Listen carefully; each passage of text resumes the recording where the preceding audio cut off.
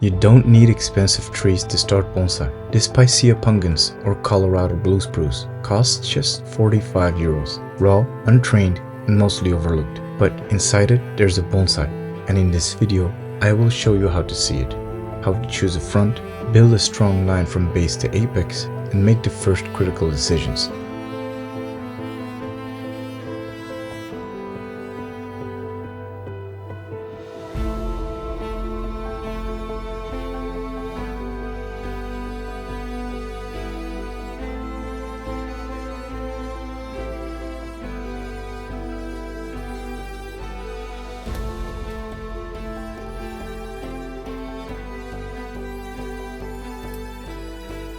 The first thing we always do is look at the base. Everything in bonsai starts here. Stability, strength, and presence.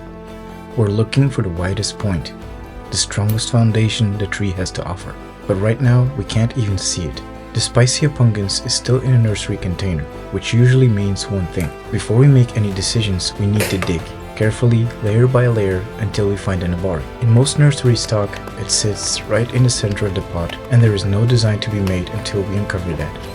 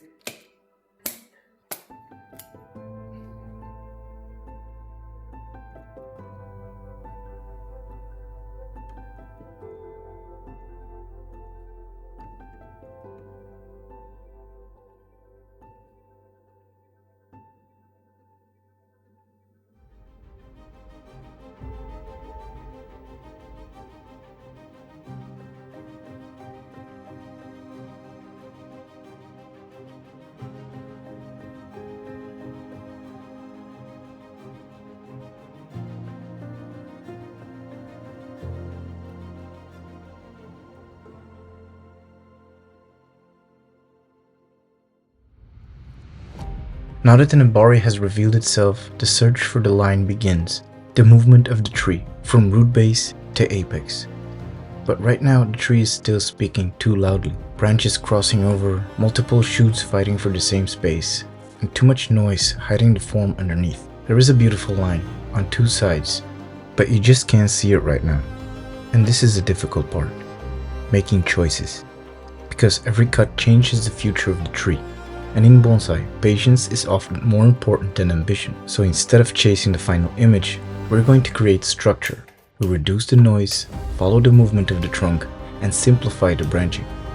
If there are whorls, multiple branches emerging from the same point, they need to be reduced, usually to two. Too many branches in one area will create swelling, inverse taper, and visual confusion. So little by little, we refine the structure until the tree begins to reveal itself.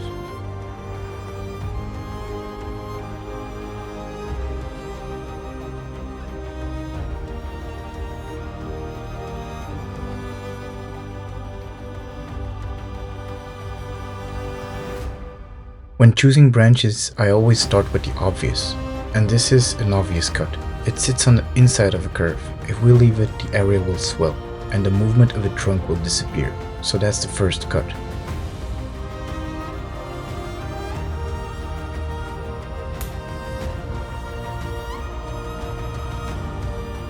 The second choice is here. Two branches from the same world, right next to each other. And one comes straight toward the viewer. It blocks the line, creates visual tension, and crowds the design. So this one goes too. Little by little, the structure becomes clearer. We're not in the clear just yet. There's still one heavy whorl higher up in the tree, and this one is a mess. Too many branches, too many shoots, all emerging from the same point. For bonsai, this is a nightmare. So let's slow it down and work through it one choice at a time. Whenever two branches form a T shape, one has to go. I'm removing the one on the left to create better spacing and structure. After that, I'll remove the smaller shoots as well. They're not contributing to the overall design.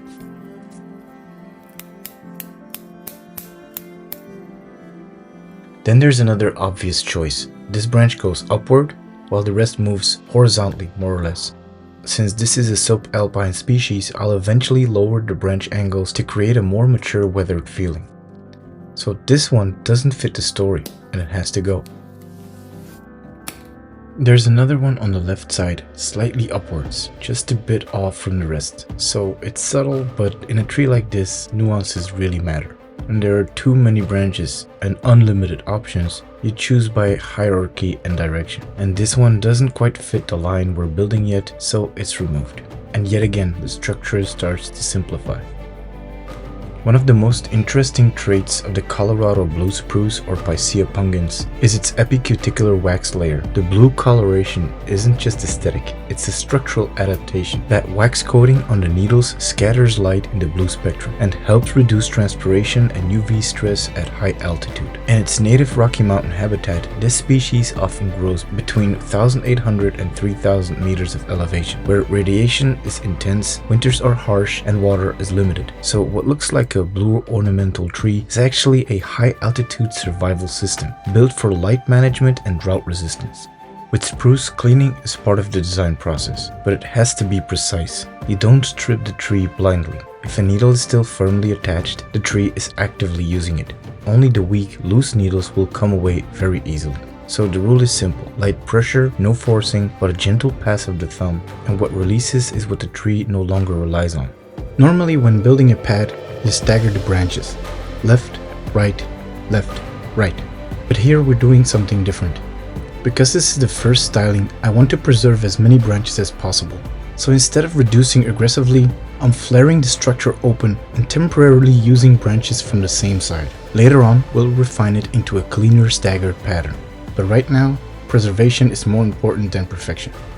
We also keep a mix of longer and shorter branches. The longer ones help define the silhouette, while the shorter ones create interior volume. That contrast is very important, otherwise the pad becomes flat and one-dimensional. Just like we cleaned out the whorls, we also clean out our branching. We're always looking for bifurcation.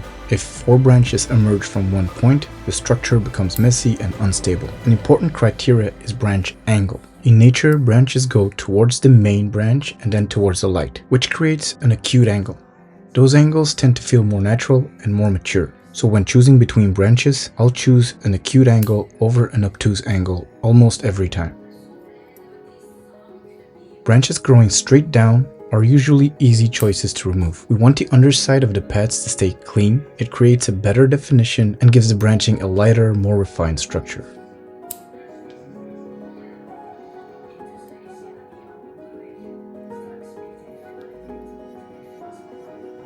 That being said, when too many branches emerge from one point, it's often better to remove the coarse growth completely and return to 2 healthy branches. In this case, this section already has strong budding, 1, 2, 3 healthy buds. So instead of keeping this short, really heavy knuckle, I'm going to cut back to a cleaner, long-term choice.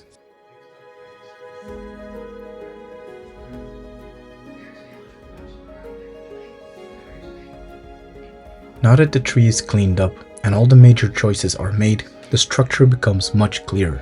We can finally read the line from base to tip. But the first thing I want to do now is to introduce a bit more movement into the top.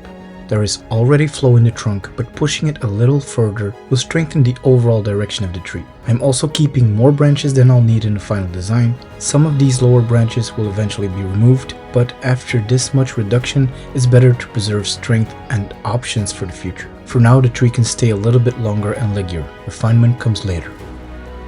First, we do the structural wire. Only after that do we move into finer details. Here we're working with heavier wire, so technique matters. And this is important. We're going to anchor one branch first, and then move upward into the next section of the trunk. That anchor point gives the wire stability, and every time you apply wire, pull with your wire hand and push with your offhand. That opposing force creates a tight, snug fit. In this case, I am anchoring into a strong branch first because I want to introduce more movement into the apex. We are not coiling the wire around the branch or the trunk. The force should always move in straight directions, almost like building a square around the trunk or branch, not a circle. That's what creates the spiral we see, but without relying on rotational force or angular momentum. The wire stays tighter, cleaner, and far more stable.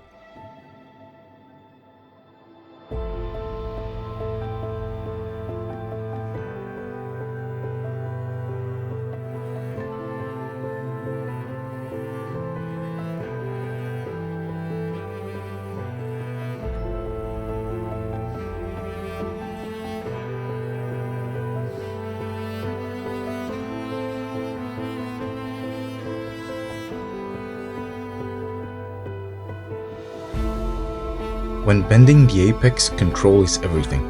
I am holding the tree with both hands, one stabilizing, one guiding the movement. That gives far more control over the bend. As I shape the movement, I'm also thinking about branch placement. Branches almost always look better on the outside of a curve, so the bends are designed around that. And while bending, I'm twisting slightly with the wire.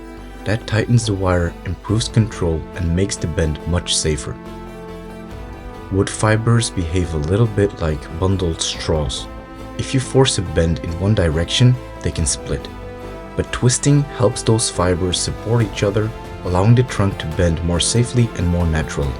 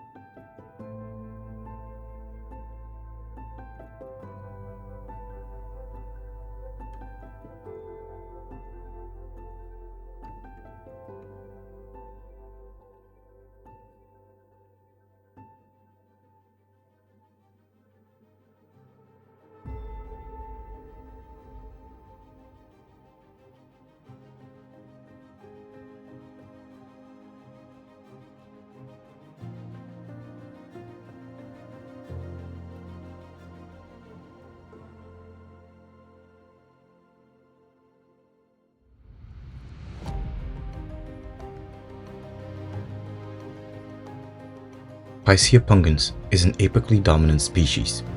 In nature, it pushes energy toward a single apex, one clear direction of growth. And when that apex changes, the entire energy balance of the tree changes with it. Spruce responds strongly to direction, and honestly, people aren't that different. Where attention goes, energy follows. Change the direction, and eventually the whole structure begins to change with it.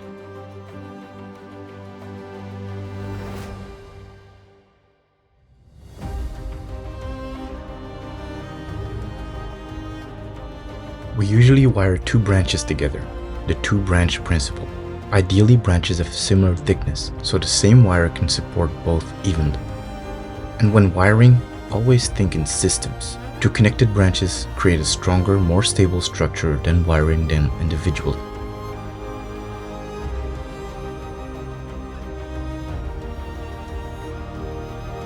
When wiring smaller branches, you pinch with your offhand while applying the wire with your wiring hand. That pinch point is extremely important. It gives you control over the anchor, helps maintain consistent angles and spacing, and prevents gaps in the wire. And in the end, it simply creates cleaner wiring.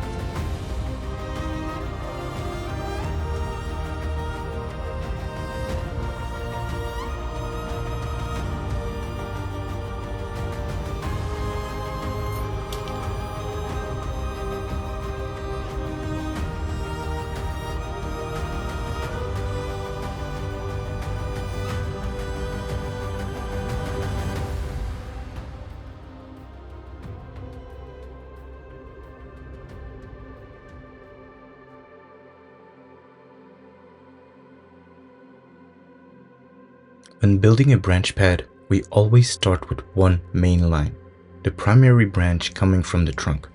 From there, the secondary branches flow back into the main line and then outward toward the light. That movement feels natural because it follows how trees actually grow, and it creates a pad with far more flow, rhythm, and depth. When creating movement in a main branch, we don't just move from left to right. We also move down and back up. That creates a more natural rhythm through the branch. And just like before, we try to position branches on the outside of the curves, both horizontally and vertically. That subtle variation in height is what gives the pad movement and depth, and will later on create opportunity to separate larger pads into smaller pads.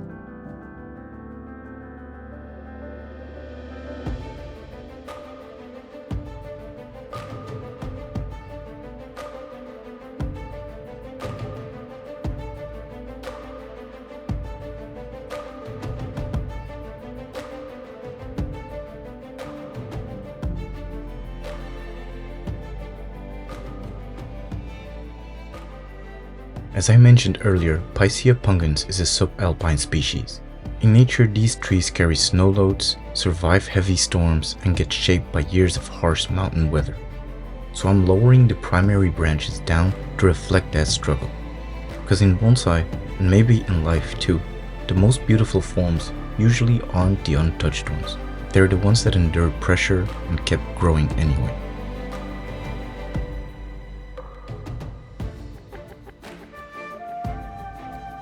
As I mentioned, I still have lower branches I may remove later, depending on how the tree responds. We've already reduced a significant amount of foliage, so now the focus shifts. I'm leaving some extra branching at certain junctions for now, even where there are more than two. These will be controlled over time. But first, the tree needs to regain strength. We let it push, recover, and respond. And from there, we'll see what the next decision becomes.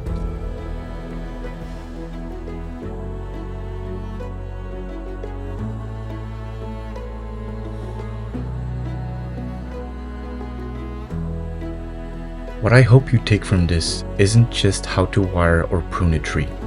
It's that bonsai is learnable. You don't need perfect material, you don't need years of experience. You just need to start making decisions and learn from them. Every tree teaches you something different, and every choice you make builds your understanding a little further. And honestly, that's the part most people underestimate. You can do this. Not perfectly at first, not even close, but you can absolutely begin.